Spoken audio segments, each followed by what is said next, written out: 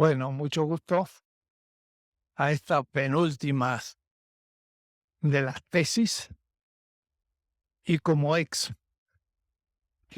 era rector, pero eso duró un año. Pero el ex va a durar siempre. Entonces ahora tengo un nuevo título que ya no me sacan, ex rector, hablando. Y justamente esas instituciones económicas, ¿cuáles son? Nunca me había hecho problema, pero ahora sí me lo hice a partir justamente de un artículo de Franz Hinkelamer que yo cito, que no está en su gran libro sobre la economía, sino que es un pequeño artículo sobre la realidad económica de América Latina publicado hace años. Entonces quiero ahora hablar de las instituciones económicas y los que tengan el libro los remito a la página 271 para de paso ver ese esquema que yo represento ahí. Ese esquema comienza, y eso es lo malo de un esquema, que uno no sabe por dónde comienza. Pero casi siempre el número 1, 2, 3, 4 indica la cronología del esquema. Pero no hay cómo hacerlo en el pizarrón de nuevo, porque se entiende bien cómo se va desplegando. Mientras que visto en conjunto, uno lo ve y dice, ¿y cómo hacemos este esquema? En una comunidad,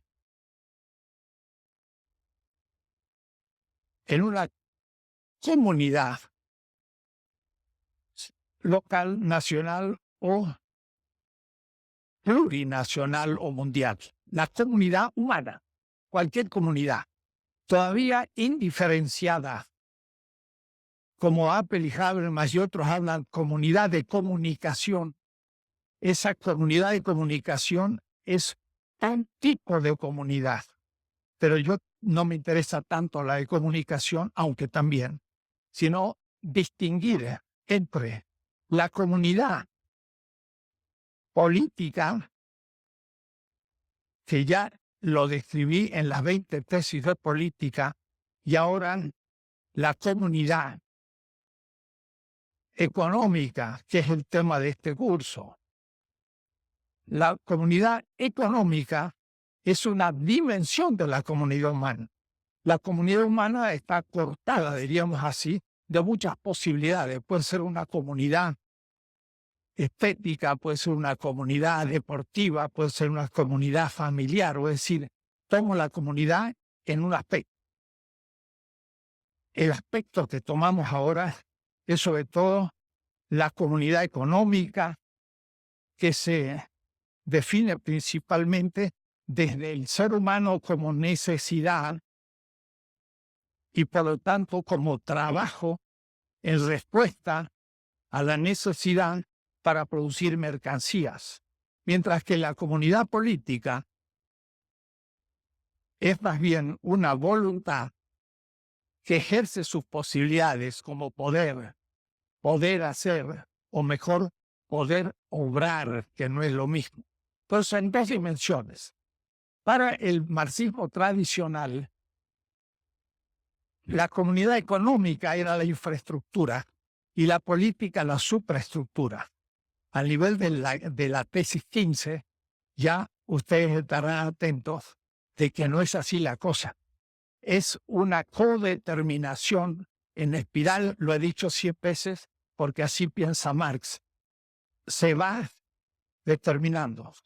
La comunidad tomada como económica puede determinar a la comunidad tomada como política, la economía, la política.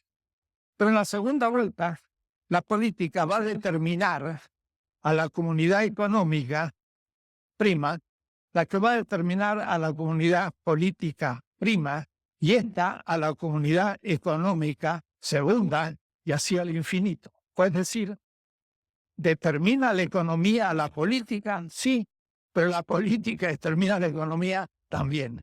Y más, la comunidad económica está determinada por la política y determina a la política.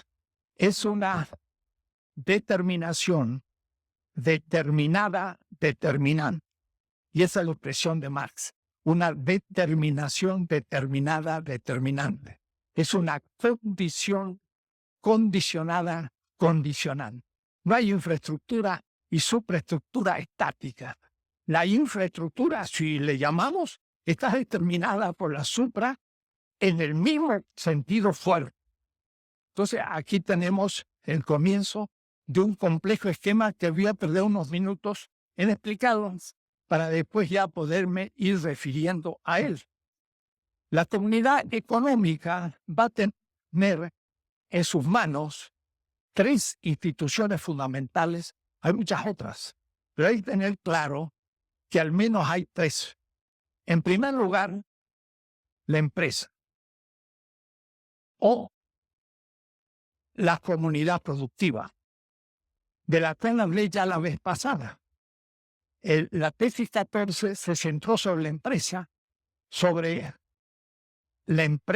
como comunidad de comunicación que llega a consensos válidos y legítimos y que determinan todo el proceso productivo, pero no entre empresarios, sino entre obreros, los cuales tienen propiedad común de la empresa y por lo tanto también gestión común, no pública, estatal, sino social. Y bueno, tesis 14 toqué el tema de empresa. Ahora voy a dar un paso más adelante. La empresa, por último, se vuelca siempre en el mercado. Y el mercado, como el dinero, dice Marx, dinero es una determinación antidiluviana. Como diciendo, antes del diluvio hubo dinero. El cacao era ya dinero para los aztecas, es viejísimo. El mercado es antidiluviano. El tianguis azteca es un mercado. Y es una institución. Y no es natural, como piensan los liberales, que el mercado pues existió siempre. Sí, existió siempre, pero es una institución. Que el ser humano ya creó y que no se da por naturaleza, sino por historia. Y esto ya es bastante distinto. Voy a nombrar con A a la empresa, con B al mercado. Y luego entonces tenemos la tercera institución. La tercera institución es que en el nivel político existe el Estado. Aquí, claro, hay todo un debate. El anarquismo va a decir disolución del Estado. Y también Marx va a hablar de disolución del Estado. Esos temas los traté en las 20 tesis de política. Disolver el Estado, cuidado, es un postulado. Disolverlo absolutamente supondría que fuéramos todos perfectos. De tal manera que yo supiera perfectamente cómo van a lograr todos los demás ante una situación posible. Si tuviera yo un conocimiento perfecto, infinito, por su velocidad y por su capacidad, el Estado no es necesario, porque todos sabríamos todo lo que todos van a hacer en cada instante. Pero cuidado, vuelvo a repetir, escupo en el suelo y esto modifica ya todo el plan, porque ahora hay que limpiarlos y para limpiarlo tengo que un empleado y perder tiempo. No planifiqué la estupidez. Imposible. Popper, que es un reaccionario, critica a la planificación socialista diciendo la planificación es imposible porque las determinantes son infinitos. Y Schinkelhammer le dice, tiene razón. La planificación perfecta de Katorovich, un teórico ruso, es imposible. Pero la planificación imperfecta y aproximativa es posible. Y entonces Popper destruye la planificación perfecta. Es la planificación humana aproximativa, y de eso se trata. Entonces, hay aquí el Estado que regula y que regula el Estado. Vamos a ver qué es el Estado y cómo regula. Para eso hay que leer la política. Yo no estoy hablando del Estado estalinista ni el liberal. Estoy hablando de otro Estado. Un Estado que es participación, pero no idealista, realista, que articula representación y participación. ¿Quién regula? ¿El Estado? El pueblo como Estado en la participación desde el barrio. La comunidad en el barrio puede planificar las necesidades del barrio: electricidad, drenaje, seguridad, mil cosas. ¿Y quién planifica a nivel barrio? La comunidad. Pero la comunidad como Estado, en tanto es un consejo barrial constitucional, en México no, pero sí en Venezuela. Entonces, cuando digo regula, no es Stalin, ni es el quinto plan, ni es un plan hecho con los dedos, porque ustedes vean en 1934 cómo debía planificarse la economía de un país con los medios técnicos que había, si se podía actuar con 4 o 5 variables, y cuando se empezaba a combinar en 1 o 2 años, y era tal la complejidad que ni sabía lo que iba a pasar, o decir que el plan era una aproximación 1 en millón, era imposible. Hoy tenemos computadoras, podemos hacer un plan con 3.000 variables, y las transnacionales lo hacen, no son tontos. La planificación más aproximativa, nunca perfecta, ahora ya es más posible, pero ¿quién la va a hacer? El Estado. Cuidado, vamos a ver cómo. Entonces, eso comunidad política regula el mercado y regula la empresa, pero a su vez este mercado también es regulado directamente por el Estado. Entonces empieza a ustedes ver una cantidad de posibles instituciones A, B, Estado C, D. Son las 4 instituciones fundamentales de la economía política. Cuidado, hay muchas otras, pero es en base a ellas que tenemos que pensar qué significa la transformación. El capitalismo tiene todas ellas, y el socialismo real también, y la sociedad futura también. Todo el poder en los soviéticos, 1917. Vamos a eliminar el mercado y vamos a eliminar el dinero para algunos. No es posible. Pero el mercado se lo reguló y perdió su capacidad de competencia. ¿Quién fija el precio de las mercancías? Vamos a ver. Y ese que fija el precio de las mercancías, hasta el pan y los frijoles, más decía los Grundrisse, si se quiere fijar todos los precios, se cae en el papado de la producción y la distribución. Más en los Grundrisse critica el estalinismo y la regulación de todos los precios, diciendo que quieren eliminar una cosa y crean otra peor. Un racionalismo absoluto. Regular toda la relación significa la pretensión de una inteligencia infinita, pero además inteligencia, ego cogito, moderna, más que el capitalismo. El socialismo real pretendió planificar todo. Era un racionalismo absoluto que ni siquiera ha de espectro. La pretensión, porque tenía razón, es tan complejo que no se puede meter manos fácilmente, pero hay que meterla cuando ya las desigualdades del mercado exigen una regulación. Pero ¿cómo? Esos son los temas de hoy, la factibilidad del sistema. Entonces, lo político está aquí. Políticos. Y aquí lo económico. Y una relación íntima entre los dos, porque los dos están transidos. Lo político es también económico y lo económico es también política en determinaciones fundamentales. Ya lo mostré. Si la empresa es de propiedad privada, ¿quién dice que es la propiedad? Pues la regulación constitucional y las leyes del Estado. Y por lo tanto, en la esencia de la economía hay decisiones políticas. No es superestructura, es constitutivo. Olvídense la palabra el verbal. Más la usa en el prólogo del libro de 1859 que se llama Zur Kritik. Para la crítica de la economía política, 3 líneas que para mí es sugerencia de Engels, porque Marx nunca vuelve sobre ella prácticamente en su vida. Marx no tiene una página en más de 10.000 páginas que diga lo que es suprainfraestructura. No es marxista. Y se lo dije al profesor Haupt en Berlín. Y discutimos el tema y dijo, de acuerdo, igual que muchas otras cosas. La suprainfraestructura no es una doctrina de Marx mismo, que es el marxismo-leninismo.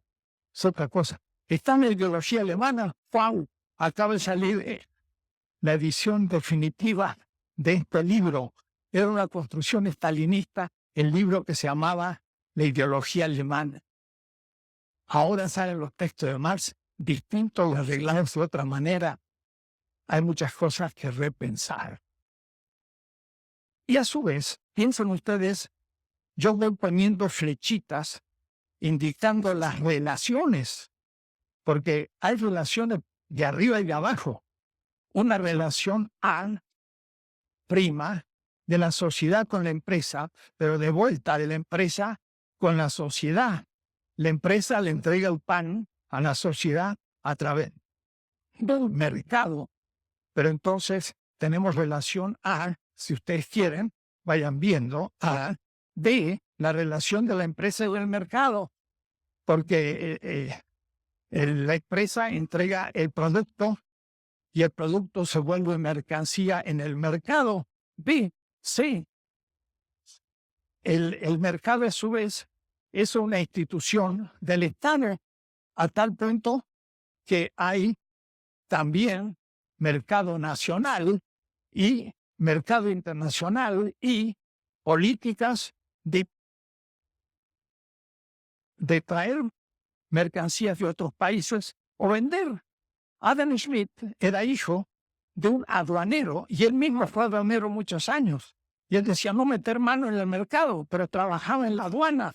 Y en la aduana se prohibía traer mercancías francesas y prohibir entrar mercancía era regular.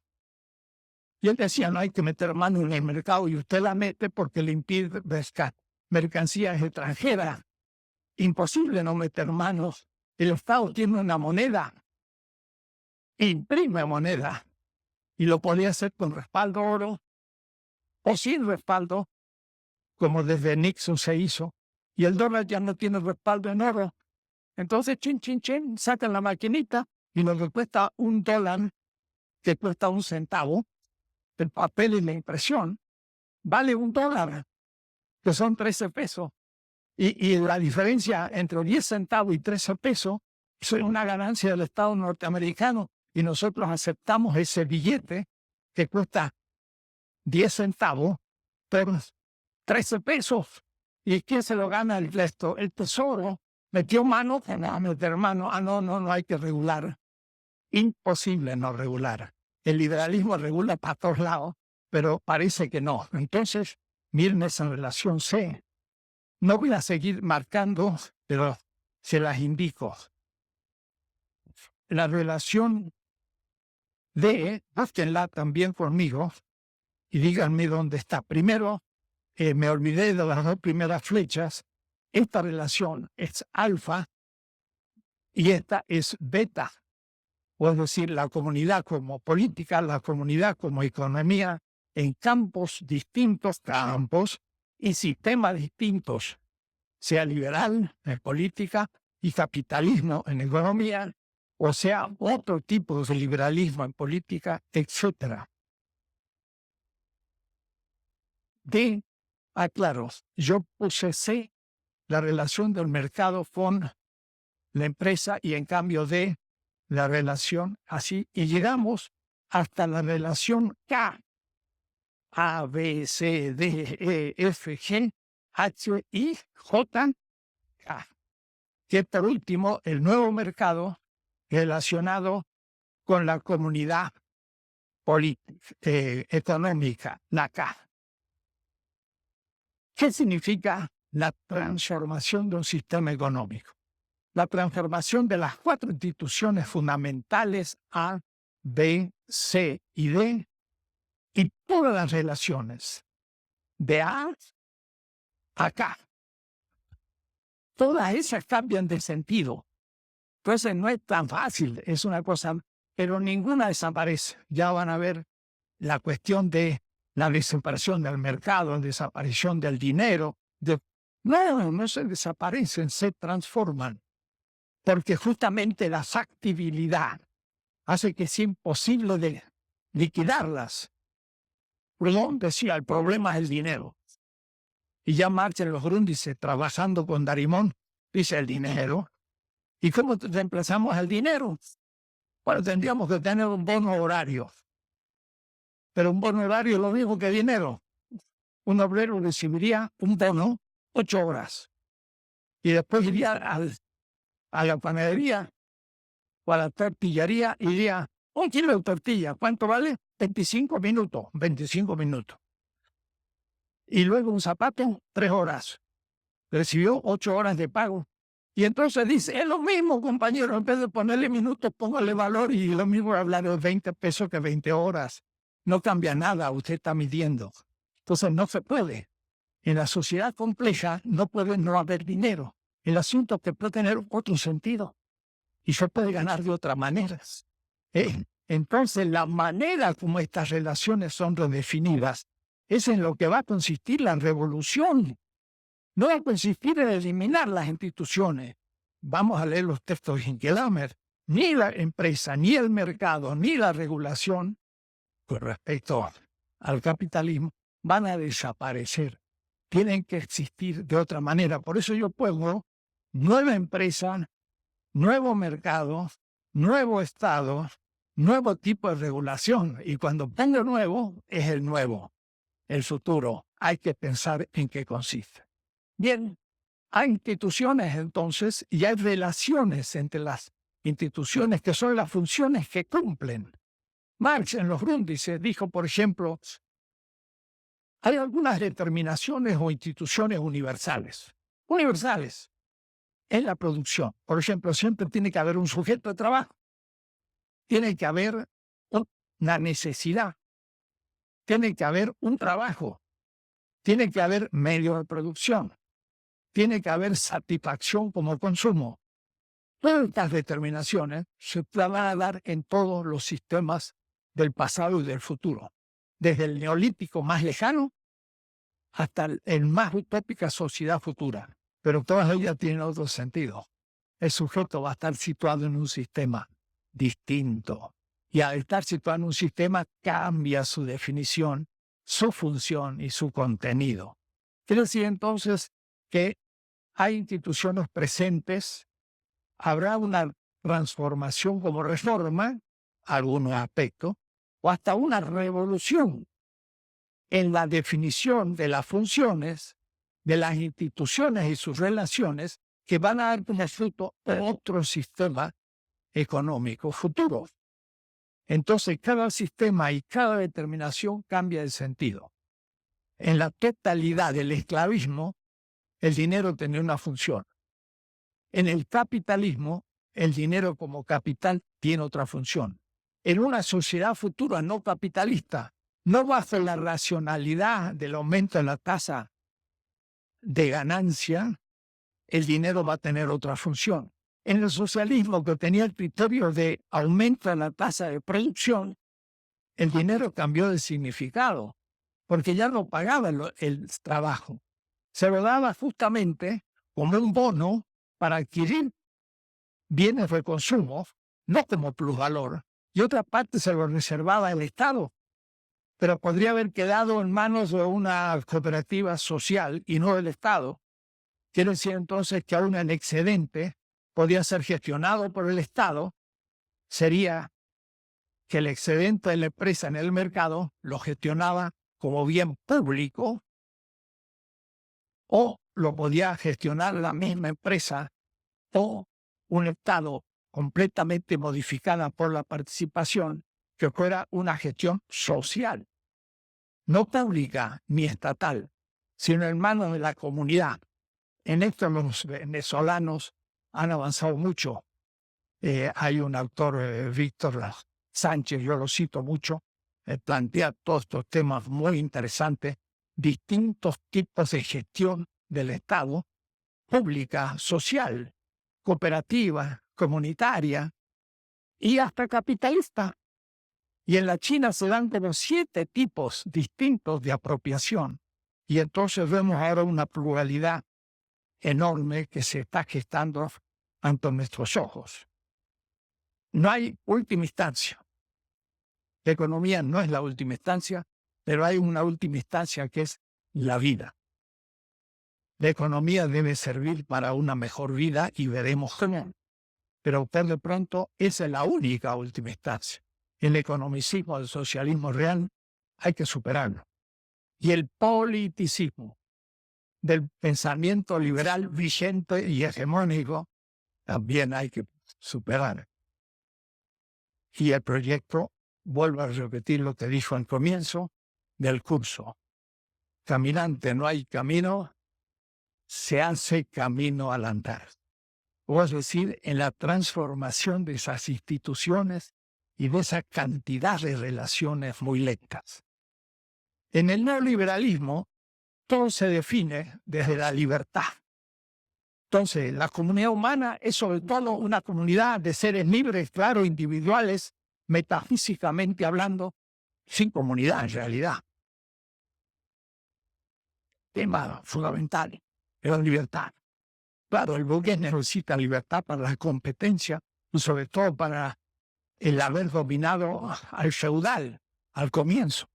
Pero ahora también necesita libertad ante el Estado que lo quiere regular y también ante el obrero que tiene exigencia. Entonces la libertad hecha máximo valor permite una cantidad de conclusiones y se fetichiza.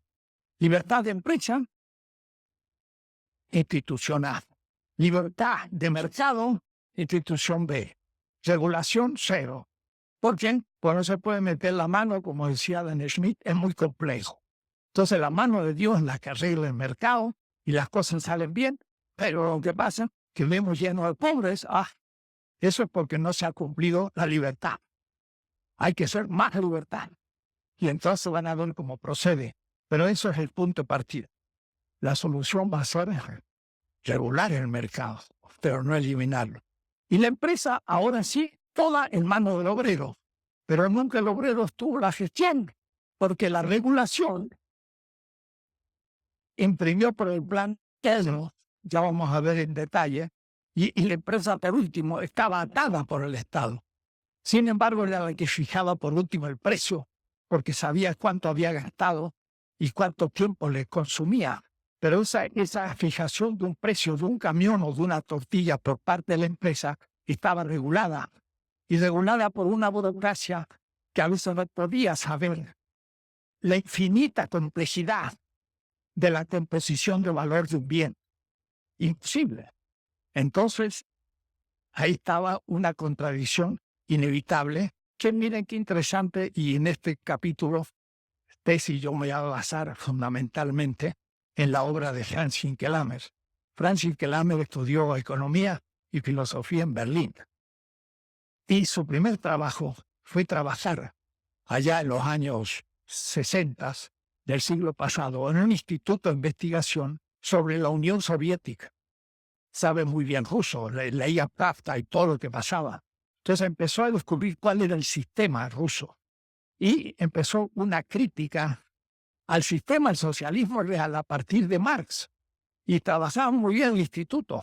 Cuando su modelo lo quiso aplicar al capitalismo y empezar a criticar al capitalismo, y no solo las limitaciones justamente en el socialismo real, que era la contradicción entre una regulación y la empresa, lo cual llegó a un punto de estallido.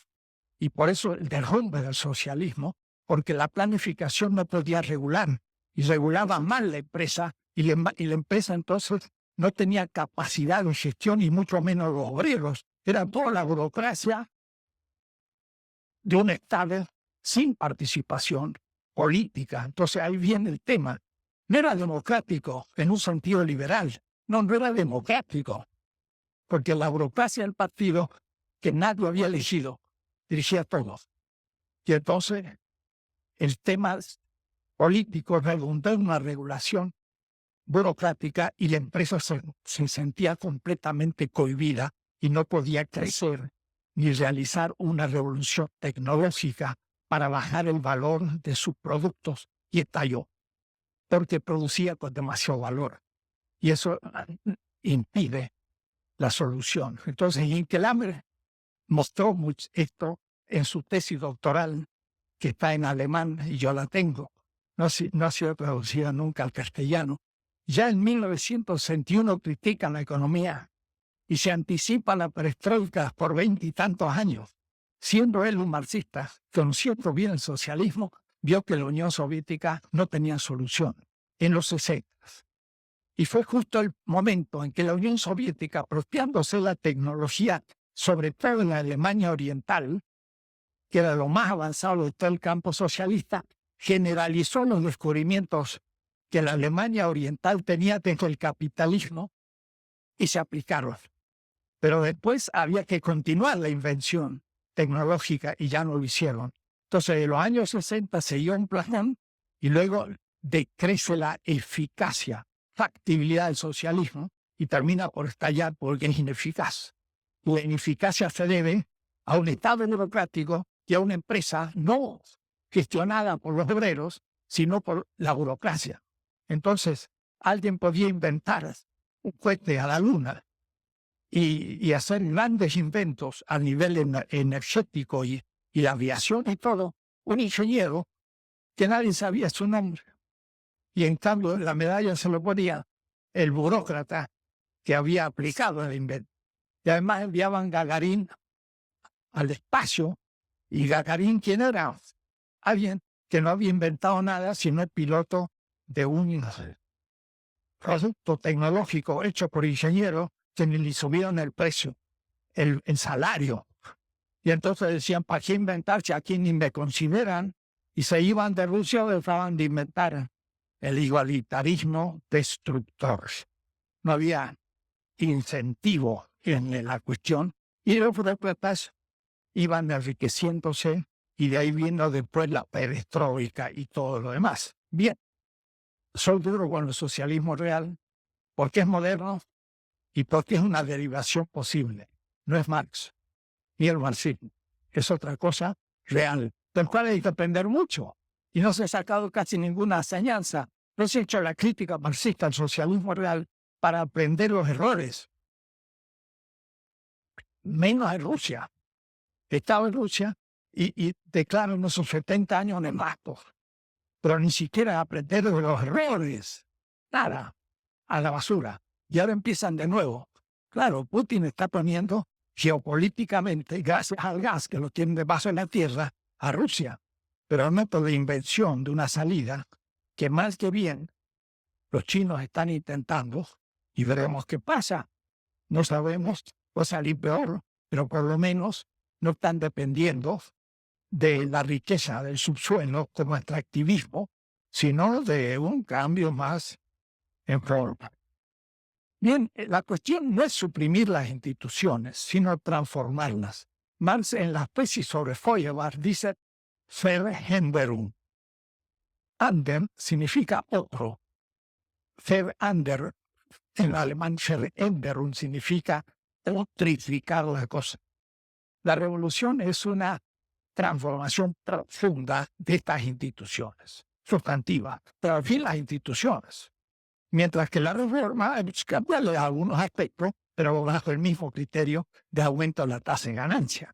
Si usted le cambian ese criterio, cambian sustantivamente todas las instituciones y sus relaciones, y es una revolución. Pero la oposición no es como pensaba Rosa Luxemburgo, que es de lo mejor de todas, por ser mujer, por ser polaca, y por ser revolucionaria, y por haber muerto por sus ideales en 1918. Cuando uno en Berlín pasa por el metro, el Spree, el río, dicen allá, mataron a la Rosa Luxemburgo. Se ve el lugar, y hay una estatua de la Rosa, gran mujer. Sin embargo, ella dice, es un libro famoso que se llama Reforma o Revolución. No, es reforma o transformación.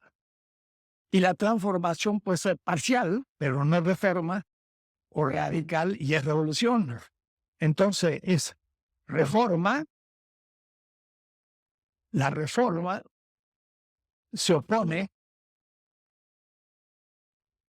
no a la revolución, sino a la transformación. Y la transformación parcial o total, y esta se llama revolución. Entonces, la revolución es una transformación radical de esas instituciones y sus relaciones.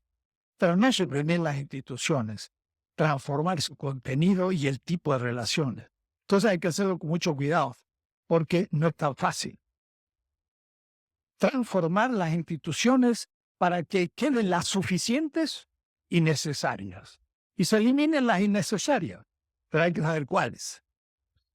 Y de ahí entonces que no solo en lo económico, sino también en los otros campos. El político es fundamental porque va a determinar la regulación, y también el cultural porque cambia la subjetividad del consumidor, y todas las otros campos entran en un proceso revolucionario hasta la revolución de género y de la cultura autóctona y muchas otras. El socialismo real dejó de lado porque dio una prioridad absoluta a la economía sola, la cual no puede concebirse, porque la cultura del consumo es cultura. Y por lo tanto exige un volver al consumo de los bienes propios de un país, lo cual es una transformación cultural y no solo económica.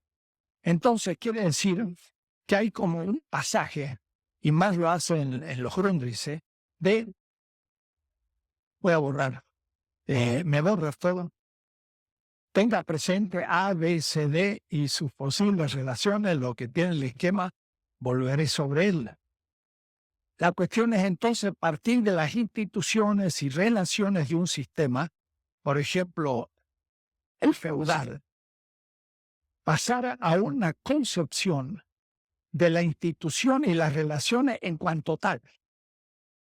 Y luego ver el paso siguiente, cómo se vuelven a llenar de sentido en el nuevo sistema y así sucesivamente. Entonces, muchas gracias. En el sistema feudal significa sistema, no campo, económico, feudal. Hay determinaciones también, hay dinero, hay mercado, pero cuidado, ciertamente, en el mercado muy distinto, porque en el feudo se repartían los bienes no monetariamente, sino por cantidades, el diezmo, etc. Pero ahí estaban las ciudades donde sí había mercado y también ya dinero, y se volcaba también en las ciudades y entre los feudos. Entonces, todas las determinaciones del sistema, había un sistema feudal. Tenemos que de ahí elevarnos al contenido esencial de esas instituciones A, B, C, para entender cómo funcionan y luego cómo se llenaron de sentido en el sistema económico capitalista.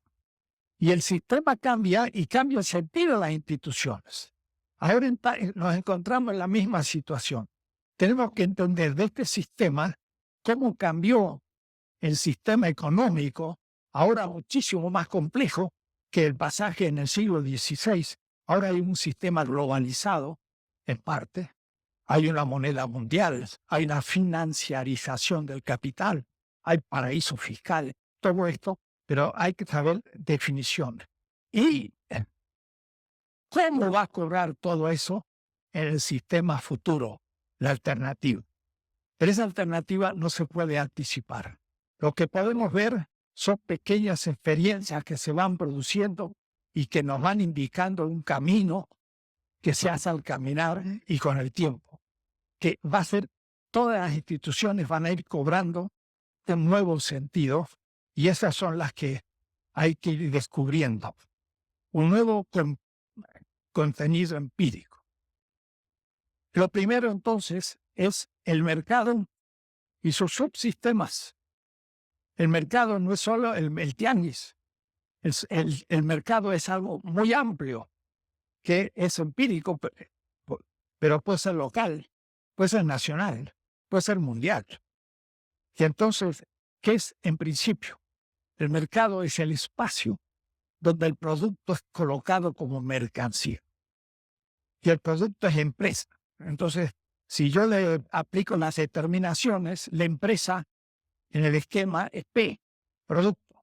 Y cuando pasa al mercado se transforma en M, mercancía. ¿Se acuerdan? Dinero que se pone como medio de producción y como trabajo, ¿dónde? En la empresa. La empresa, el producto, ¿dónde? En la empresa. Pero la empresa tiene la mercancía y pasa de A, mercado, a B, mercado.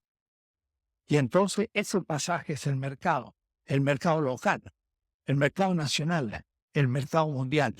Entonces eso ya crea toda una complejidad enorme. El capitalismo descubre la importancia del mercado con Mandeville como cuestión ética y con Adam Smith, que resolviendo una cuestión ética se da cuenta de la importancia del mercado para solucionar aquello de vicios personales, virtudes colectivas. Y de ahí el mercado comienza a ser la institución central del capitalismo, aún más que la empresa, porque al fin la empresa es pensada como que se vuelca en el mercado. Por eso ellos hablan del mercado libre y de la libertad de mercado, más que empresa misma. Entonces privilegian el mercado. Marx y sobre todo el socialismo real incentiva más la empresa, porque la empresa está al nivel productivo, está a nivel A de la producción del producto, mientras que puesto el mercado, el producto en el mercado, pasamos al mercado, institución B.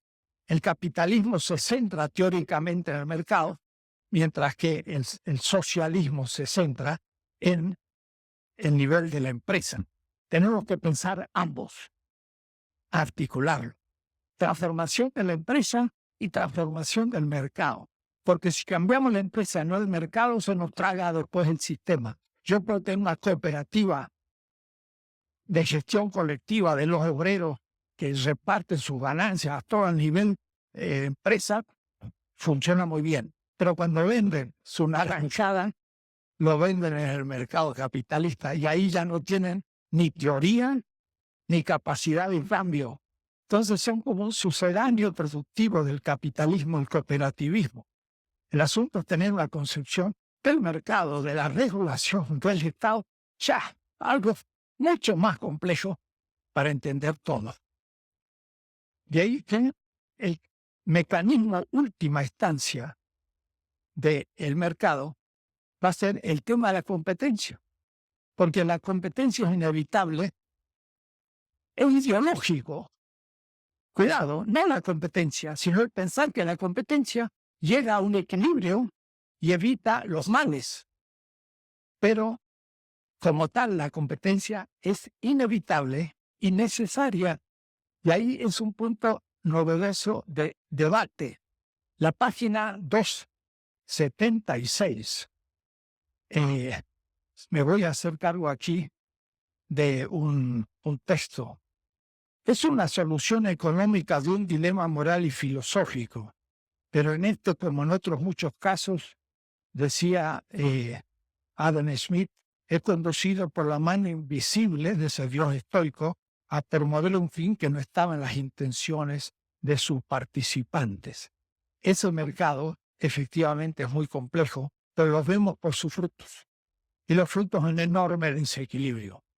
Ellos lo único que dicen, hay tremenda injusticia.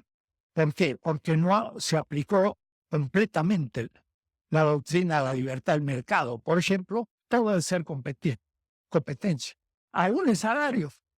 Ahora, Hinckhammer va a mostrar que entre las variables del salario no podría estar, y es necesario para unas consistencias teóricas, esto es ya más complejo en la economía, un salario cero. Si hubiera un salario cero, todo sería científicamente matemático. Pero como no puede el salario ser cero, pues se morirían todos los obreros. El salario entonces nunca llega a cero y su consistencia es un factor independiente. está limitado por la sobrevivencia del obrero, el salario. Tiene que por lo menos poder comer, vestirse y sobrevivir en el estado actual. Eso lo va a luchar el obrero siempre, y la lucha del obrero por mantener un salario vivible es considerado por la doctrina neoliberal un monopolio, porque no deja que el salario esté determinado solo por la competencia, sino por un acto voluntario como una acción sindical para hacer el salario vivible. Entonces, ahí se vuelve irracional el propio neoliberalismo. Hay que leer la obra de Hinkelhammer, lo cito. Lo ideológico es pensar que la competencia produce equilibrio. El igualitarismo sería la posición contraria. Si no hubiera ninguna competencia, ¿quién es el que fija el salario? Y sobre todo, ¿quién es el que puede subsumir la nueva tecnología en el proceso de producción? Ese es el tema. En el socialismo real, la subsunción de la tecnología es por un acto voluntario de la burocracia que ante una tecnología muy interesante dice, la vamos a adoptar y adapta en todo el país por plan. Pero puede que no sea la mejor. Y entonces caemos en una situación peor que el propio capitalismo. Es un problema a resolver. No produce el equilibrio, sino desequilibrio. Pero entonces, ¿qué hay que hacerlo? Regularlo. Pero no hay regulación perfecta, sino imperfecta. Quiere decir que toda regulación, la relación regulación empresa y mercado, va a tener que ser por error y verdad, lentamente, y sobre este tema es donde se va a situar la reflexión. Pero además, el mercado no es meramente el mercado, es también el capital mercantil, porque hay un capital industrial hasta el momento de la producción del producto, pero después se transforma en mercantil, en mercancía, pero el capital comercial puede comprar la mercancía y lo paga a la empresa capital industrial parte del valor de la mercancía para que pueda realizar el plusvalor, ya lo expliqué. Y entonces el capital comercial entra también en la teoría del mercado. Es necesario un capital que compre el producto para independizar la producción de la comercialización, y ahí hay una complejidad enorme del capital.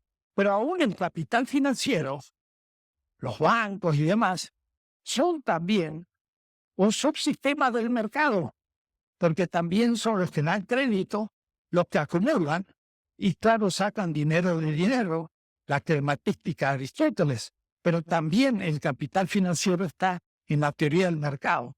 Quiere decir que esto es un tema enorme, y para modificarlo hay que modificar todo, a nivel local, a nivel nacional, a nivel mundial. Y un mercado que puede ser regulado estatalmente, socialmente, cooperativamente o comunitariamente. Entonces hay muchas maneras de poder reorganizar esto. Si se estudia el caso, por ejemplo, de la China, vemos como ellos tienen capital industrial, cuidado, en ciertas regiones, pero en otras regiones tienen empresas todavía del socialismo real y están coexistiendo. Tienen cuotas de producción, las del socialismo real, para 800 millones de chinos, para 300 incorporados al sistema capitalista y otros 200 fluctuantes. Entonces, pensaba yo esta mañana, quizás un norteamericano dice, bueno, pero los chinos son muy todavía subdesarrollados. Los Estados Unidos tienen más o menos 300 millones de habitantes. Y bueno, ya la China tiene 300 millones de burgueses, o por lo menos de gente que está al estándar norteamericano, que ya no emigra a Estados Unidos como hace años. Yo fui profesor en muchos lados y me encontraba con estudiantes chinos en Estados Unidos que haciendo su doctorado, recibiendo becas, muchas veces como profesores con bajo salario, sobre todo en física cuántica y de matemática, que a los norteamericanos no les interesan esas abstracciones, y entonces los chinos venían a suplirlo y se querían quedar, porque era mucho mejor la vida en Estados Unidos que en China. Pues ahora no hay ningún chino que venga a Estados Unidos. Está mejor en China que en Estados Unidos. Tienen más trabajo y con más salario. Entonces, China hoy es compleja y tiene distintas posibilidades de propiedad, he dicho, pública, social y cooperativa, comunal, a nivel del municipio. Tiene fábricas de autos a nivel de la provincia, el estado y nacionales. No tiene capital financiero privado. Está todo en manos del Estado. Y el capital comercial muy vigilado. Entonces, de China no sale un jet, o como se llama, para afuera. Una empresa puede crecer, pero no puede sacar el dinero. Y entonces el banco no está hecho para sacar dinero, sino realmente para cumplir su función de ahorren. Los chinos ahorran hasta un 30% de su salario y de crédito para la producción. Y es el país que más crece. Y eso a sus bancos que están apropiando de bancos de otros países, también en Estados Unidos, que es entonces que el mercado es algo sumamente complejo. Pero habrá que transformarlo en todas sus partes, también bajo la gestión realmente de un Estado. La institución C participativa a nivel de la base, el barrio, el pueblo, en manos de una democracia directa, la comuna por delegación de ellos, el Estado, y un cuarto poder, el poder popular, que vigila al poder ejecutivo, legislativo y judicial, 4 poderes. Y quinto poder, ya dicho en Venezuela, el poder electoral, que también lo elige el pueblo. Entonces, la economía exige un Estado distinto. Todo esto tiene que entrar en un plan futuro para poder entonces regular el mercado y la empresa, pero no que la burocracia del Estado. Digo, a nivel del barrio, es el pueblo mismo quien planifica las necesidades. Y a nivel de lo que nosotros llamamos delegaciones, tendría entonces que también representantes de esas comisiones de barrios y pueblos ser los responsables de la planificación de los gastos de la delegación y así para arriba, de tal manera que la regulación o planificación tendría que estar en manos de una democracia participativa política que no existe. Pues si no piensan ustedes que en el estado actual el que puede regular la empresa y el mercado, es necesario pensar también radicalmente la política. El mercado subsistirá, pero tiene que estar regulado y regulado por un pueblo con instituciones políticas económicas. Y lo mismo pasa con la competencia.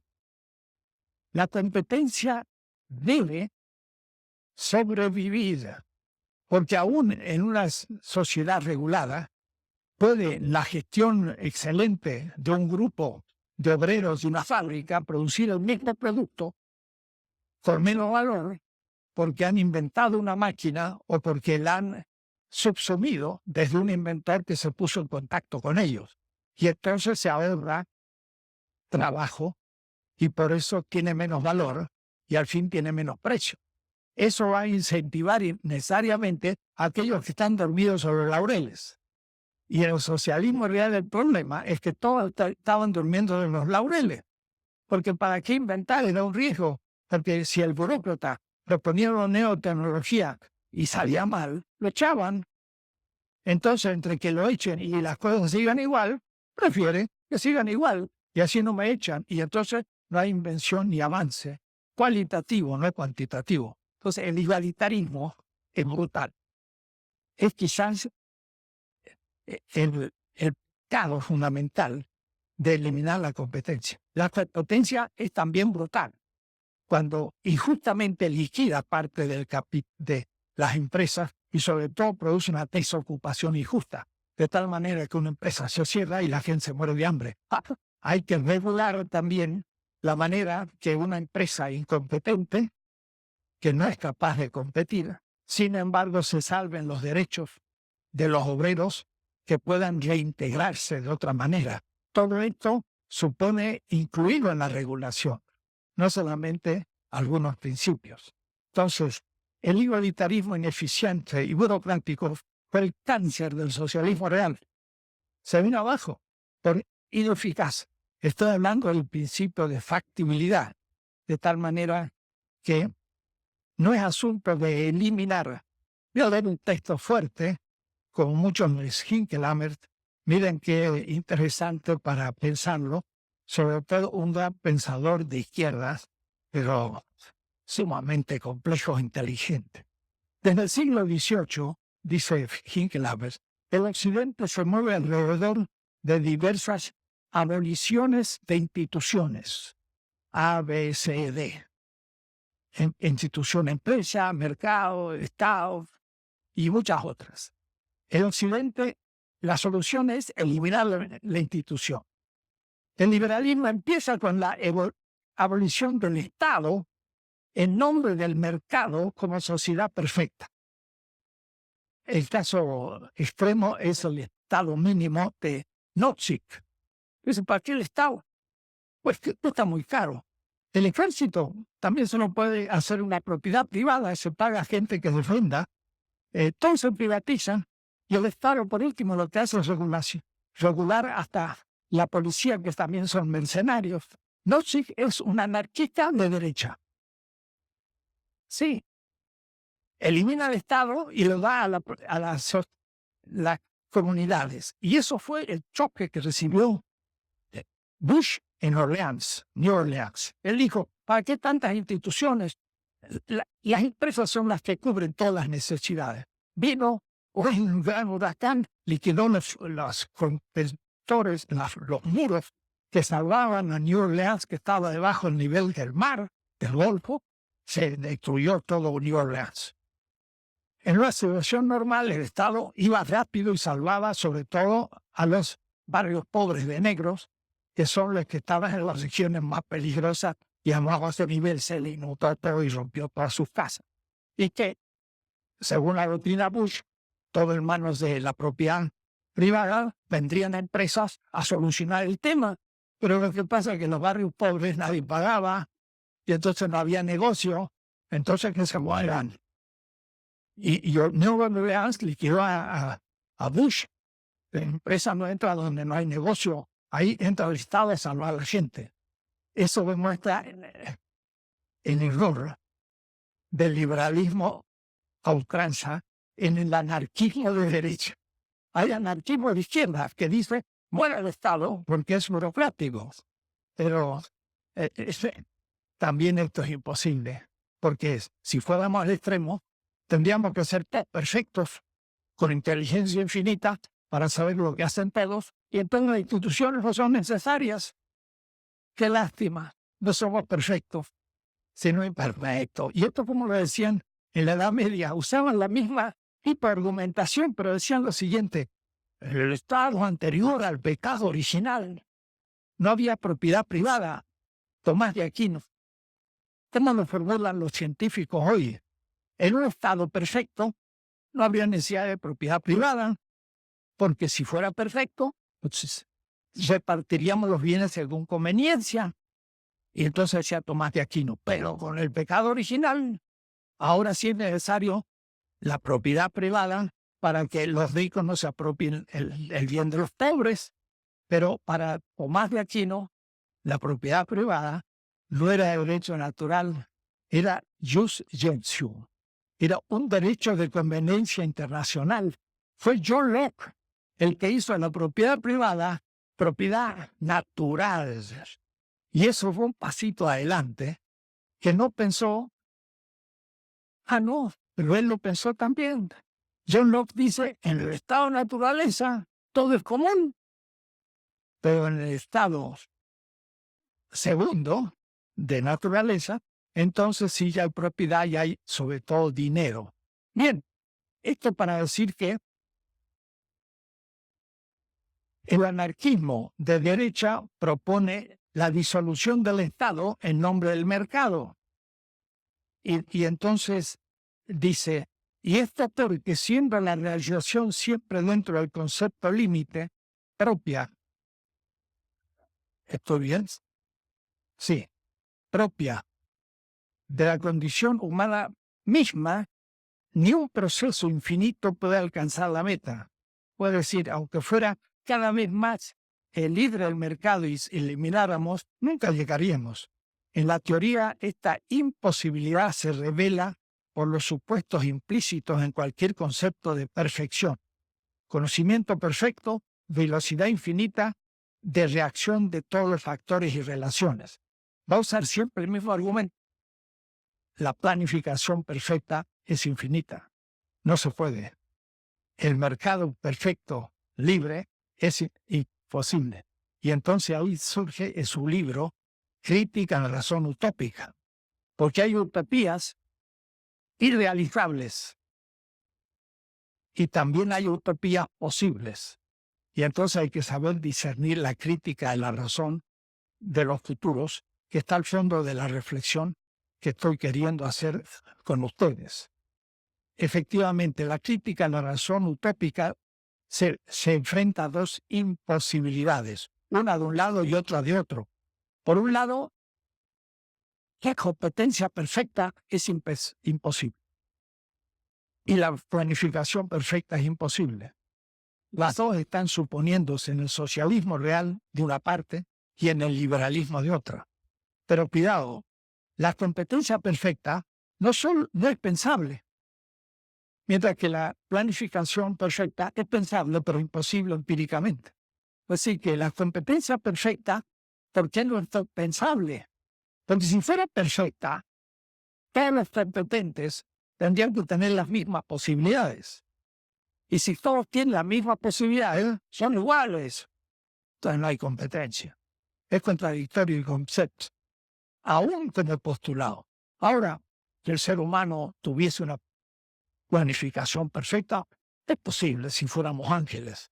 Ahora, los dos son empíricamente imposibles, porque ni se puede tener una competencia perfecta ni perfecta libertad, ni perfecta tampoco la regulación posible. Entonces, entre esos dos extremos se habla de una línea compleja en donde regula no perfectamente y al mismo tiempo compite, pero no perfectamente.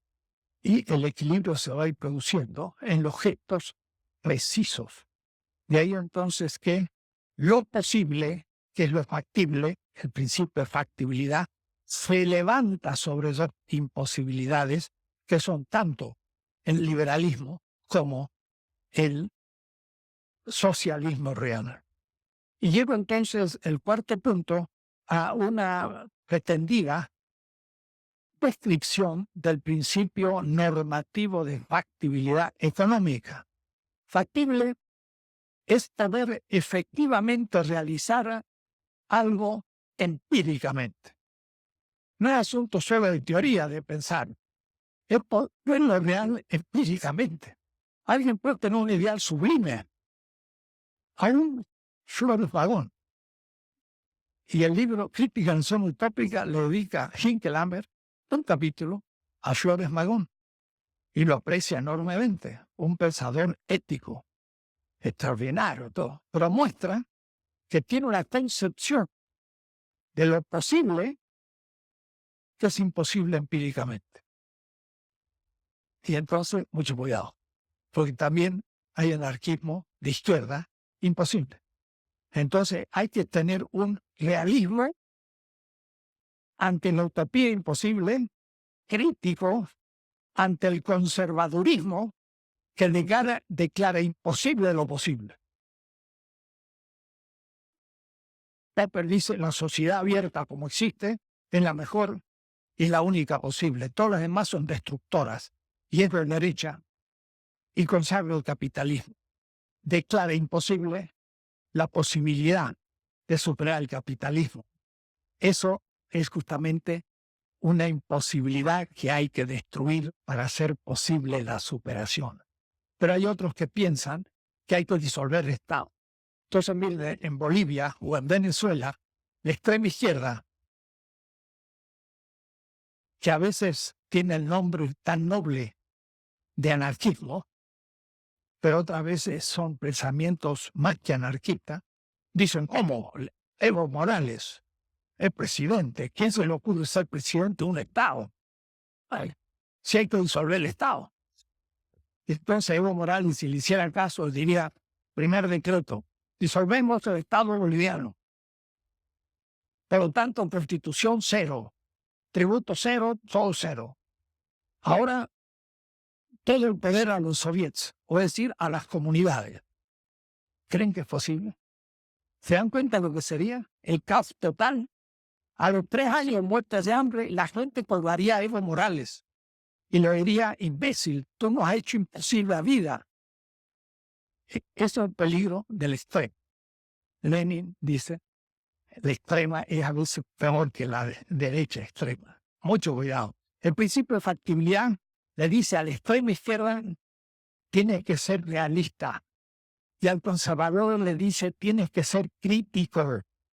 Entonces el realismo crítico no es un realismo cualquiera, es un realismo de principios y puede ser revolucionario, pero es realista. Y hace lo posible. Entonces es muy interesante estudiar los casos concretos. Evo Morales en Bolivia es el hombre que representa al pueblo y que tiene las tradiciones de los pueblos originarios. García Linera, un intelectual brillante, que alguna vez le dije, lo fui a visitar preso y no sabía a quién visitaba, era un estudiante guerrillero, y luego un día me dijo en un acto público, Enrique, te agradezco porque me fuiste a visitar. Ah, ¿eras tú aquel guerrillero que yo visité en la cárcel? Sí, era vicepresidente de la República. Y García Linera es un poco el realista, el que tiene que tener el litio y para que pueda subir el budget del Estado hay que hacer productivo al litio. Mejor sería que hicieran una universidad del litio para producir una nacional del litio boliviana y se quedaran con el 100% del producto. Eso sería lo ideal. Pero lo cierto es que necesitan ahora y aquí un cierto recurso para que la gente no diga estamos igual que antes y lo tiren abajo en la próxima elección, porque no se ve ningún fruto. Entonces hay que mostrar fruto. Entonces Trump trae no a una compañía norteamericana, ni rusa, ni china, sino sudcoreana, un país más tranquilo, que cree una explotación del litio, pero que se lleve la menor cantidad posible de dinero y que quede en Bolivia mucho. Extractivismo. Y bueno, ¿qué quieres? Lo imposible, intentado por el anarquismo en la izquierda o en la derecha, y lo imposible del conservador, deben ser superados por un realismo crítico que yo intento describir en la página 290 abajo, y debo decirle que hay muchas líneas que tendrían que estar en versalita, pero no están en el número 15.53. Podríamos enunciar de una manera todavía tentativa el principio normativo de factibilidad de la siguiente manera. Haz, can dice opera, o es decir, haz, que la máxima de tu voluntad valga como principio universal. Haz lo posible. Ese es el principio, una obligación. Haz lo posible. Porque intentar lo imposible es quimera. Y no intentar lo posible es conservadurismo o cobardía. Y ahí está lo que la historia juzga. Algunos dirán de la izquierda, pero es un conservador. Y otros de la derecha, pero es un revolucionario. Y el mismo acto es interpretado de manera radicalmente distinta. Es el olfato del que sabe que es lo posible máximo. Hay que poner la guitarra a tono, hay que ajustar las cuerdas, pero cuidado, si la ajusta demasiado, la rompes a la cuerda. Y si la ajusta poco, no tiene sonido, tono. Entonces hay que saber mucha guitarra para poner la cuerda sin romperla. ¿Cuáles son las márgenes? Es decir, y esto tendría que estar en versalita, porque es la parte. Realizar las mediaciones económicas posibles dentro del margen delimitado, 2 márgenes. Por la afirmación de la vida, el primer principio, puedo decir, esto que voy a hacer, aumenta la vida, no solo la tasa de ganancia, o acelera la muerte.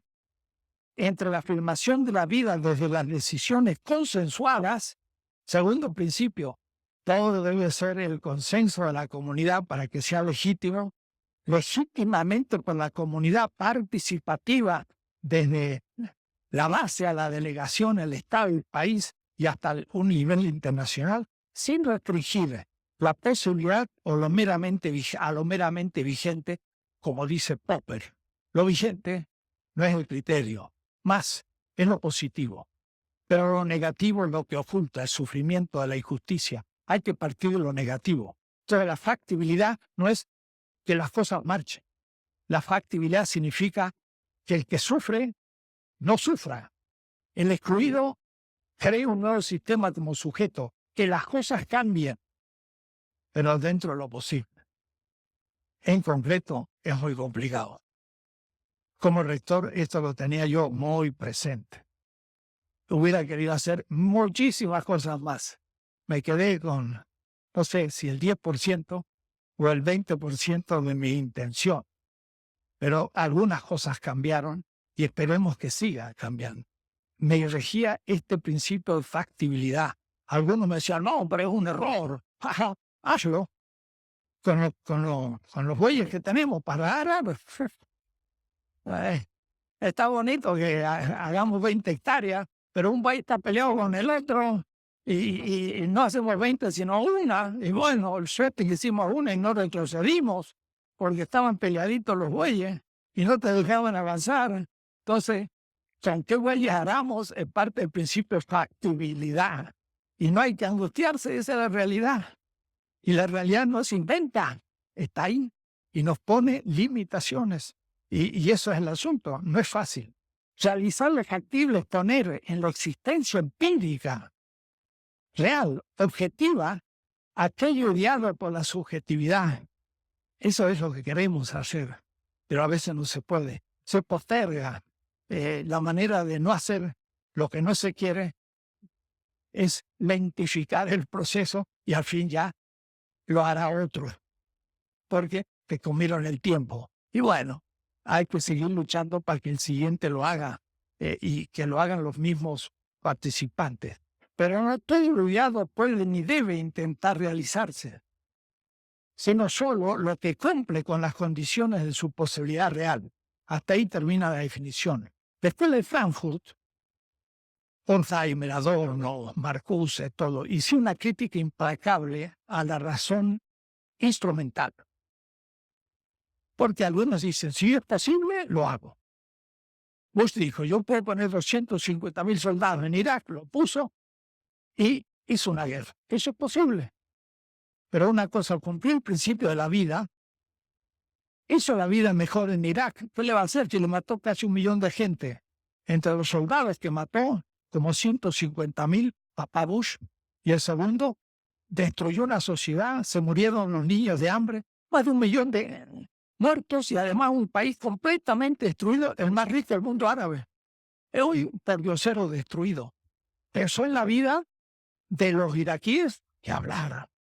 Pero también pensó en la mejora de la vida norteamericana. En el fondo tampoco, porque ahora los norteamericanos tienen la culpa de la destrucción de un país para toda su historia. Son criminales. Tuvo el consenso de los iraquíes y le pidió la hora. Y el consenso del pueblo norteamericano tampoco, porque les creó ahí un autoatentado. ¿Quién fue el que destruyó la Torre Gemela? No pudo ser ningún grupito árabe. Era demasiado perfecto el asunto. No va a ser que haya sido el Mossad, Servicio de Inteligencia Israelí o algo parecido. Lo cierto es que se hicieron un atentado, en el cual no tuvieron el consenso del pueblo, sino que se lanzaron a atacar un pueblo que tenía armas masivas de destrucción. No encontraron ni una onda de un niño y nunca pidieron disculpas. Criminales. No cumplieron el principio de factibilidad. Eso es lo que critica la escuela de Frankfurt. ¿Fue posible? Prácticamente sí, pero no afirmó la vida ni tuvo el consenso. Es un acto criminal. Punto. Eso es la ética. Si hubiera tenido el consenso del pueblo para destruir a Hussein y hubiese tenido el consenso del pueblo norteamericano y de esta manera hubiese probado mejorar la vida, los iraquíes ahora estarían mejor que antes. Están mejor que antes los iraquíes, los afganos, los libaneses, libios, no libaneses, todos destruidos. Ese es el principio que criticó la escuela de Frankfurt, razón instrumental. Pero ellos se la comen a la razón instrumental. Como no pueden ser el principio fundamental instrumental de lo factible, la dejan de lado. ¿Por qué? Porque Europa ya es centro, ya está desarrollada y no necesita la razón instrumental, la ha usado desde siempre. Y entonces está desarrollada. Nosotros necesitamos la razón instrumental. Tenemos que inventar tecnología, tenemos que avanzar, tenemos que hacer lo factible. Usar mucho la cabeza tecnológica. Entonces, cuidado, yo no hago la crítica de la escuela de Frankfurt. Muera la razón instrumental. No. Muera la razón instrumental cuando es el primer principio. Haz lo posible técnicamente. Eso es criminal. Pero haz lo posible empíricamente, afirmando la vida y con consenso, ahora sí. Es la razón instrumental sumada a lo otro. Entonces, eso es una cuestión mucho más compleja que el socialismo no pudo elevar real, porque no tenía una filosofía ni una ética. La ética era la clase obrera, en su conciencia obrera, tiene los principios éticos. No siempre puede haber visto clase obrera. ¿Creen ustedes que los obreros norteamericanos pueden solucionar las cuestiones del mundo? No, si los primeros competidores son nuestros ilegales, que ellos querrían que se queden ilegales o que se vayan fuera porque le está quitando el trabajo. Tampoco la clase obrera per se es un criterio universal. Hay que situarlo en el contexto. Hay otros principios más graves. Entonces, ese es el principio de factibilidad. Es un principio que debe estar regulado. El principio de factibilidad debe estar regulado por el principio de vida y por el principio consensual de la gestión colectiva. Si hay uno o dos y determinan a tres, tenemos la complejidad del principio. Pero si yo pongo solo lo posible, pues yo sí también puedo ejercer lo posible. Voy a hacer una guerra contra todos los otros países. Destruyó Francia, Bélgica, todo. Era posible, ¿cómo no? Si tenía la mejor industria, el mejor ejército. Pero no cumplir con lo posible es un principio normativo. Tiene que ser en favor de la vida y con el consenso del que gestiona el proceso y sobre todo el que lo sufre. Tengo que tener el consenso de la víctima, o por lo menos de aquel que va a sufrir mi acto. Y si no la tengo, es todo principio de factibilidad. Sería el maquiavelismo, no de Maquiavelo, sino llamado maquiavelismo. Maquiavelo tenía principios y hasta también el principio de consensualidad. Estamos casi al final, pero todavía me falta un tema. Al fin, la economía marca su eficacia en el consumo, porque al fin lo producido como mercancía y como todo debe ser subsumido por la temporalidad humana como consumo. No solo alimento, vestido, casa, sino cultura, saber, dignidad, sistema económico, político. Pero que lo tenga. Pasa muchas veces que el revolucionario da su vida por un cambio de estructuras para llegar a un consumo. Pero antes de llegar al consumo, dicen, bueno, el superávit que tenemos que gastarlo en un ejército para defendernos. Es lógico, se hace así. En poco a poco fue surgiendo la burocracia y postergándose para la próxima generación el consumo. Una generación, 30 años, 17 más 30, 47. Otra generación, 77, y explotó. Quiero comer plátanos. Los alemanes orientales, cuando rompieron el muro, pasaron a Berlín occidental y no gritaron libertad, sino quiero comer un plátano. Parecían micos del zoológico. ¿Cómo es posible? Y yo he visto cosas terroríficas. Una vez estuve en Cuba, no tan la crítica, pero para ver la realidad, de una familia que me operó, y entonces el chico estaba trabajando en el campo con un ideal de colectividad, sacando la cosecha del azúcar, etc. Pero durmiendo, ya se los he dicho a ustedes, vi el techo todo cerrado de páginas pegadas de revistas. Y no se pueden imaginar zapatos, ventiladores, corbatas, pantalones, autos, todas las mercancías del capitalismo en el techo. O es decir, que cuando se tiraba a la cama veía su ideal. Yo digo, ay, ¿qué pasó? No llegaba al consumo. Y cuando no se llega al consumo, es una obsesión. Y entonces el sistema, en la factibilidad, se hace ineficaz, porque no logra llegar a un consumo mínimo, sino que lo posterga. Entonces, la eficacia de la economía es un consumo.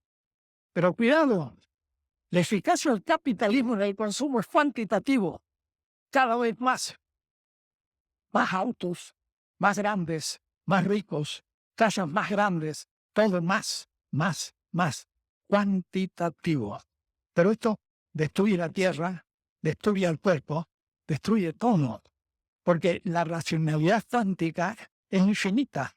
Y además de ser el mal infinito de Hegel, que el número no soluciona nunca la cosa, porque el infinito es inalcanzable, es que yo estoy también profundamente insatisfecho porque no logro el fin. El señor Slim tiene miles de millones de dólares, pero no tiene todavía los que puede ganar en el futuro. Por lo tanto, en cierta manera dice, estoy limitado, tengo que ganar más. Y lo que tiene ya casi ni le sirve. Una vez en San Francisco yo dije, una sociedad rica que a su vez acepte la doctrina ética de la felicidad, del happiness, como es ese empirismo inglés, es un pueblo peligroso. ¿Por qué? Porque alguien tiene ya una gran casa, tiene riqueza en el banco, tiene todo. ¿Quién es su enemigo? Su enemigo es aquel que le pone en cuestión esos bienes para siempre. Porque lo ideal sería tener esos bienes asegurados para siempre.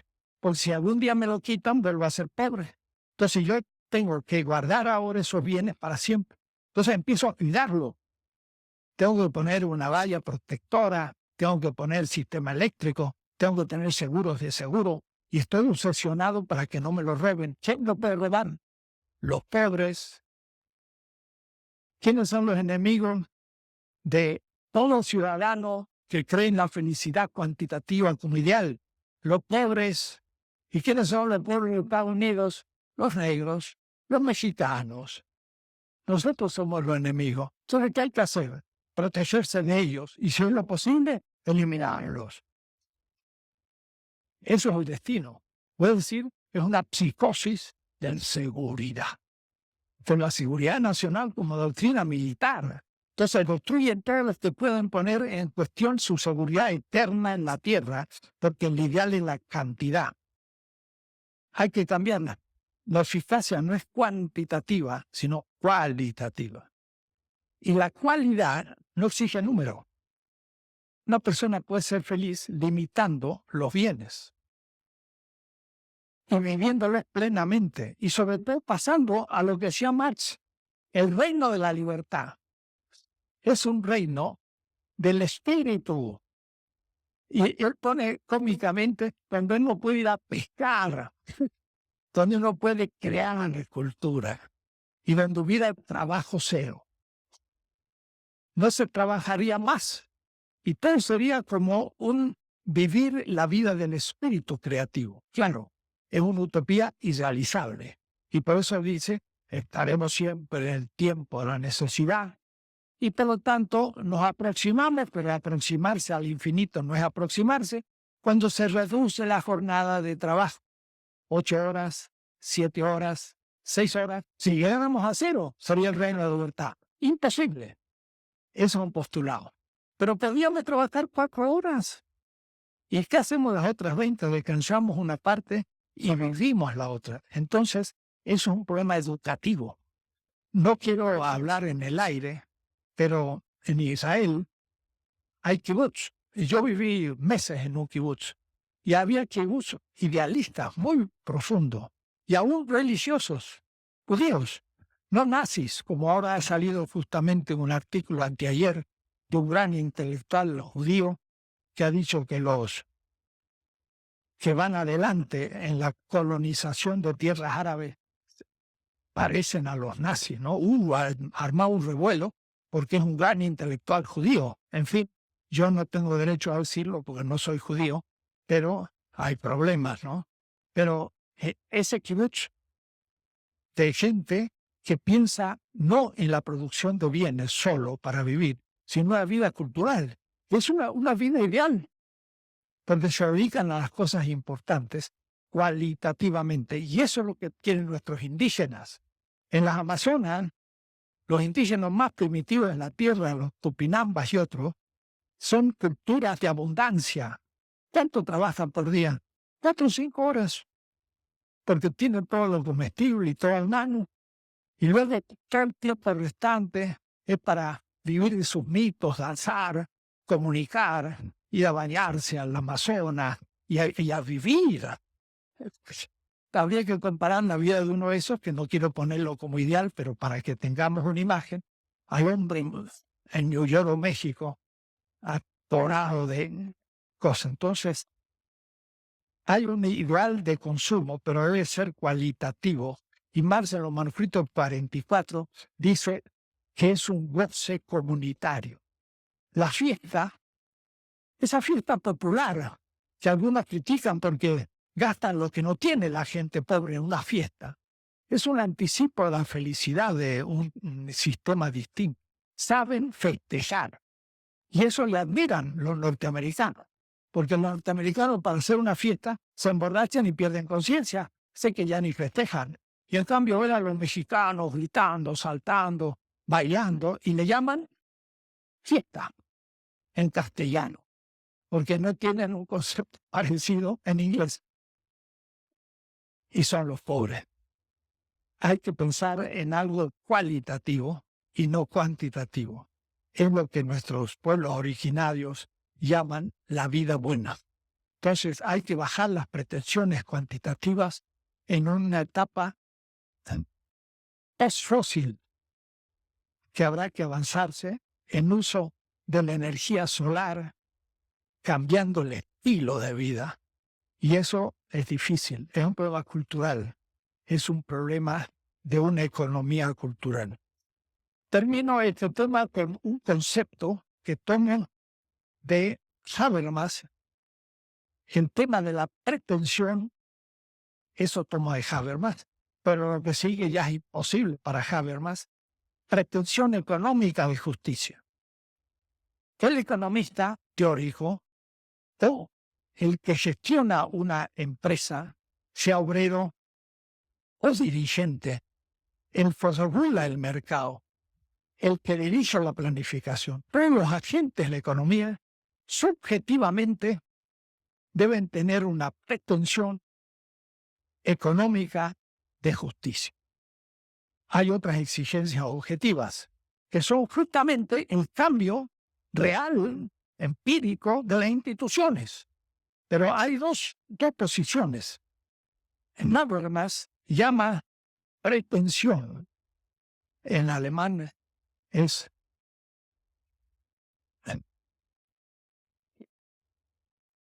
Geltung. Anspruch. En inglés se dice claim. Me costó. O Anspruch. Pretensión. Pretensión no como pretendo ser cosas, sino intento llegar a algo. Pretensión de verdad no es tengo la verdad, sino pretendo tener la verdad. O es decir, soy capaz de tener las razones de aquello que creo que es verdad la comunidad. Pero si la comunidad me demuestra que es falso, lo acepto, porque ya me tengo mejores argumentos Entonces mi pretensión falló y tengo una nueva pretensión. Es un concepto, si me permiten, de humildad teórica. Entonces, Habermas dice, la comunicación, es decir, la pared blanca, no es un juicio abstracto, sujeto, verbo y predicado. Yo le digo a alguien la pared blanca, es un acto comunicativo, práctico y ético. No es teórico, analítico, como piensan mis colegas analíticos en filosofía, sino que es práctico y es ético, pero no tengo tiempo de explicarlo. Pero para que sea práctico y ético, tiene que ser un acto de comunicación entre dos personas. Y esta comunicación exige condiciones, y al menos son 4. Entonces él dice, primero, la pretensión de comunicación, o es decir, si yo pretendo comunicarme con el otro, Aristóteles tenía la lógica, el órgano, la gran libro de las categorías, fue el inventor de la lógica griega, retórica. Pero después tenía un libro que se llamaba La Retórica. Y en la retórica él dice, ya no es cuestión solo de tener la verdad. Hay que ahora convencer al contrario de que eso es verdad. Y en ese caso, hay otras reglas. Me tengo que colocar en la situación del otro y darme cuenta qué lengua habla, cuáles son sus condiciones, para que pueda aceptar mis argumentos. Y entonces eso es un tratado de comunicación y no de lógica. Estamos a nivel comunicativo práctico. Entonces, primero, para que haya protección de comunicación, tiene que haber inteligibilidad. Puedo decir, lo que digo debe ser entendible. Tenemos que hablar en la misma lengua. Si yo hablo japonés y el otro no sabe y yo tampoco, pues ¿cómo vamos a comunicarnos? Además, si dice algo tan difícil que yo no conozco, tampoco, no hay comunicación. Tenemos que estar a niveles, tener los mismos códigos para lo que yo diga puede ser decodificado y podamos comunicarnos. Inteligibilidad. Segundo, validez. Esta es la gran descubrimiento de Habermas. Tenemos que llegar a un consenso. Los dos tenemos que estar de acuerdo de lo que vamos a hablar y a medida que hablamos también llegar a acuerdos. Si para mí es B y para usted C, tenemos que llegar al acuerdo de qué estamos hablando y entonces la validez para Habermas es fundamental. Es un gran descubrimiento. La razón comunicativa es válida, pero además tiene otro que se llama rectitud, que yo debo estar cumpliendo con las instituciones y con los hábitos, esto es más largo, y de veracidad. Debo comunicar al otro auténticamente mis intenciones para que haya una auténtica comunicación. Porque si yo le digo algo, pero para engañarlo, para que me crea, pero yo voy a hacer otra cosa, no hay comunicación, sino que he usado al otro como instrumento de mis fines. Bueno, estos son tomazos, teoría de la acción comunicativa, hasta acá en Habermas. Pero mi crítica a Habermas, y eso son toda mi ética, es que hay otras pretensiones que él no tiene. Y la primera es pretensión de verdad. Es lo mismo que validez, verdad. Verdad significa pretender acceder a lo que las cosas son. Mientras que validez es pretender que estamos de acuerdo. Y estar de acuerdo no es lo mismo que acceder a la realidad. Los grandes descubridores, Galileo, con un telescopio hecho por él, vio a Venus del tamaño de una naranja y vio que había cuartos menguantes y cuartos crecientes, que sí que daba vuelta alrededor del Sol. Y entonces él dice, yo he visto que Venus da vuelta. Eso está antes de convencer a la comunidad y llegar a un consenso, porque la comunidad lo condenó. Dice, ¿qué le puede ser? Si en la Biblia dice que la Tierra es el centro y el Sol da vuelta alrededor. Y Galileo responde en el Sagitario, Dios escribe el universo con 2 manos.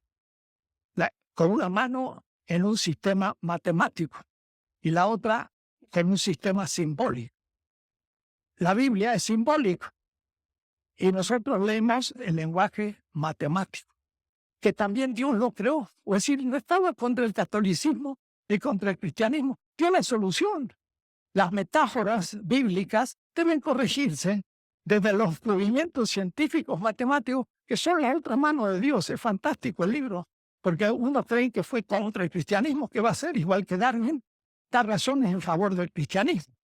Dice, se demuestra más la gloria de Dios que la vida surja de la naturaleza, que si tuvo que crear tal especie, lo cual significa que la vida no podía crecer. Entonces era una vida imperfecta. Se demuestra la grandiosidad de Dios en la evolución mejor que en la creación de cada especie. La derecha católica, protestante y católica norteamericana creen que el evolucionismo se opone al creacionismo, a una estupidez. Por en fin, no voy a entrar en esos temas. Descubrir la verdad lo hace Galileo viendo Venus, pero lo condena a la comunidad. No es válido lo que dice, porque nadie está de acuerdo, pero es verdadero. Y luego va a ser válido cuando la comunidad acepte los argumentos. Quiere decir, que algo puede ser válido y verdadero.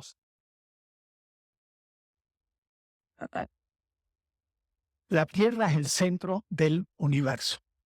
¿Quién se oponía? Nadie, entonces era válido. Y era para ellos verdadero porque veía que salía el sol. Y todavía decimos, salió el sol a las 6 de la mañana.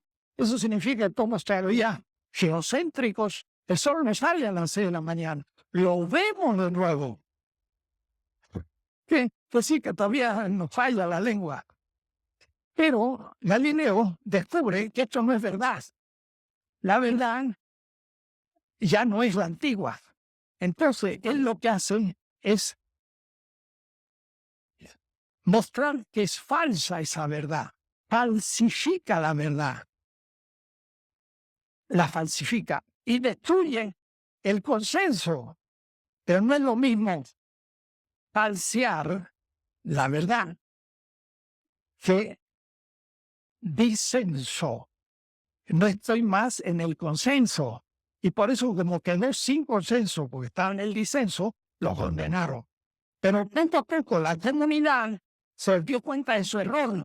Entonces la comunidad aceptó la demostración de Galileo y el punto A, que era la Tierra, el centro del mundo, verdadera verdad válida, se transformó en B, una verdad válida nueva.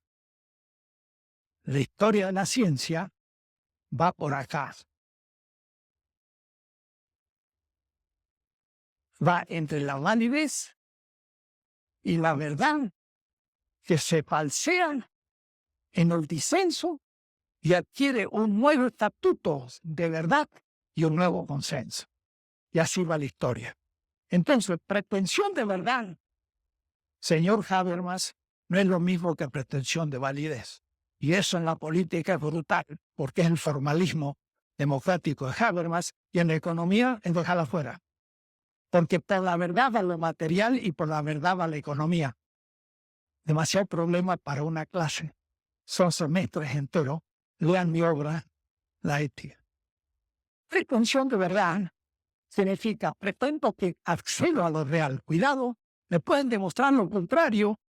B, y si me dan buenas razones, lo acepto y progresamos de tal manera que si yo creo A y alguien me lo muestra B, yo he perdido algo. No, ahora es más que a la mañana, porque es lo que A era falso y ahora B es verdadero. Pues yo crecí, gracias compañero, que demostró que mi posición era falsa.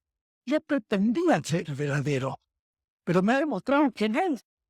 Cuidado, ahora los dos pretendemos estar en lo verdadero.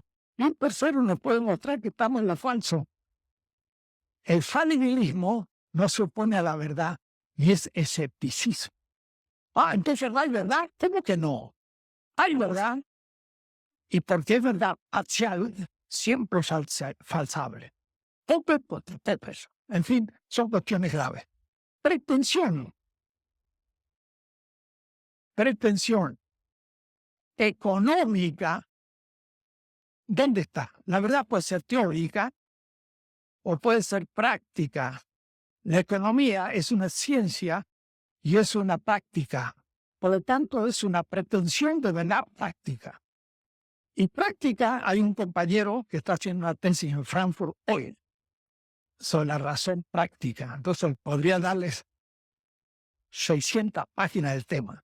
La razón práctica puede ser política, puede ser de género, puede ser muchas. Y la razón práctica económica es una de las razones prácticas y por lo tanto tiene una verdad práctica económica.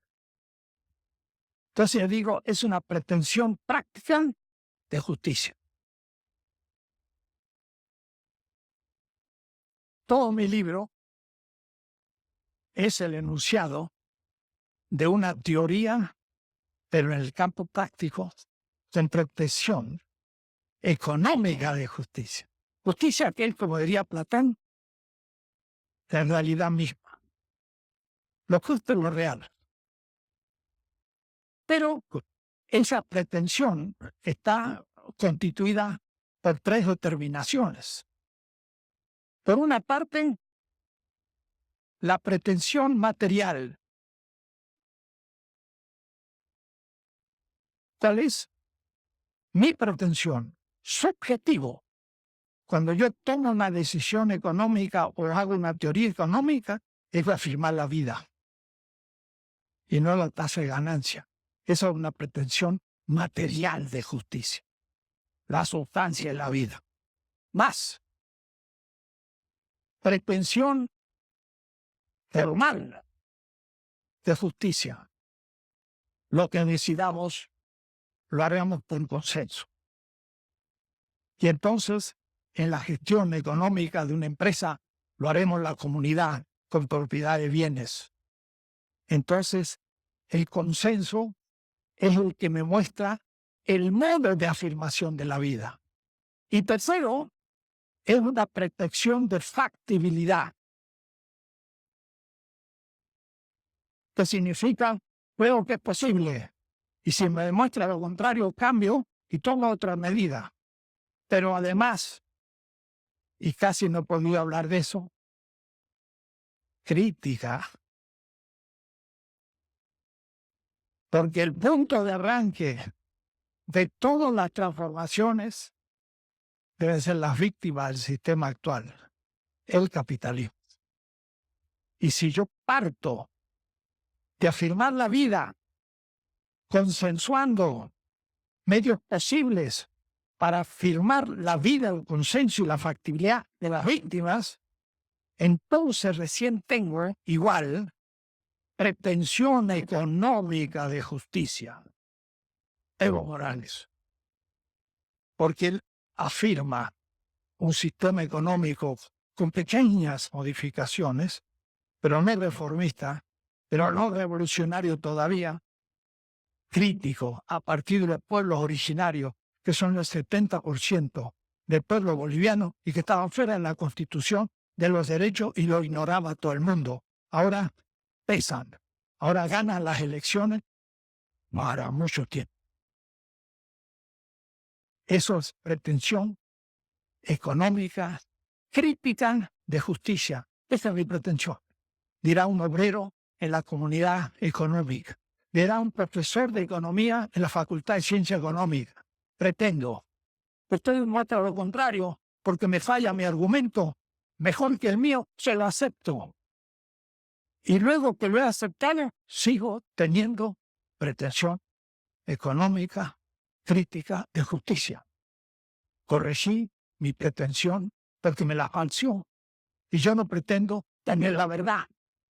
Yo pretendo hacer el bien, que es hacer la justicia, que es lo mismo que el bien. Y no hacer una teoría o la fama o la verdad de mi discurso. Cualquiera que destruya mi discurso con buenos argumentos, estoy feliz, avanzamos. Y yo no fui destruido. Entré en el argumento de él. Aunque fuera falso, porque le di la posibilidad de avanzar. Es que humildad, tranquilidad. todos vamos a colaborar comunitariamente en la construcción. Esta es la actitud subjetiva normativa, ética si ustedes quieren. Yo como rector intenté hacer eso. Lo mismo en la pedagogía, porque también hay una razón práctica pedagógica. Yo intenté de que la vida fluyera, de que se hicieran las cosas por consenso posible, pero además crítica en favor de los estudiantes más desfavorecidos y en favor de una universidad también más difícil, porque están en los lugares marginales, con menos presupuesto, menos tradición y menos opinión pública de los medios, que le irrita a la universidad, porque está pensando en las víctimas y porque debería ser crítica. También parte del asunto. Entonces, yo tengo pretensión pedagógica de justicia como rector. O si uno, el varón, una pretensión de justicia en el género y no ser tan machista y dar lugar a las mujeres. Y cuidado con los que hostiguen a la mujer, porque es política en la universidad. Sí es injusto. La medida se corrige, pero no el principio. Y no se confunde que política lo que está haciendo para perjudicar a una persona. No. Al hacer eso, está cometiendo un error, porque se está defendiendo de algo que no se le acusa. Además, puedo ser candidato a rector, que no me diga que no, pero, en fin, no quiero entrar a cosas pequeñas. Eso se llama pretensión. Entonces, esto es lo subjetivo. Lo objetivo, esta pretensión es subjetiva. Y lo objetivo es el cambio de las instituciones. Es la transformación de las relaciones. Es el cambio de la empresa, del mercado, de la regulación, de todo lo que he hablado. Tienen que haber las dos cosas. Si solamente se piensa en las instituciones y no se piensa en esta actitud ética subjetiva de un individuo que se define como un servidor de la justicia, no va a resistir el proceso, porque es duro, es difícil. Eso es lo que el Che Guevara llamaba el hombre nuevo. Era un socialismo ético, yo diría normativo. Y por eso que es fantástico. Esa foto tremenda hecha por un gran fotógrafo, que es el Che Guevara, es un símbolo del ideal ético del siglo XXI y parte del XX. ¿Por qué? Cuando alguien quiere protestar, se pone una camiseta con la imagen del Che. Porque el Che lo pueden criticar de todos. Políticamente un fracaso. Se metió en Bolivia que no conocía. Creyó que el ejército era un ejército débil y era mucho más fuerte. Pensó que los campesinos lo iban a apoyar y ni le dieron ni la sopa, sino una viejita. Creyó que el Partido Comunista iba a colaborar y pues, ¿qué van a colaborar si estaba podrido? El Che Guevara es un fracaso político, pero tenía una pretensión política y económica de justicia por el cual no le olvida. Y eso es lo que la gente considera su actitud subjetiva. Aunque fracasó objetivamente, ¿cómo no va a fracasar? Hidalgo también fracasó. Hidalgo calculó mal, lo matan. En política el que lo matan calcula mal, pero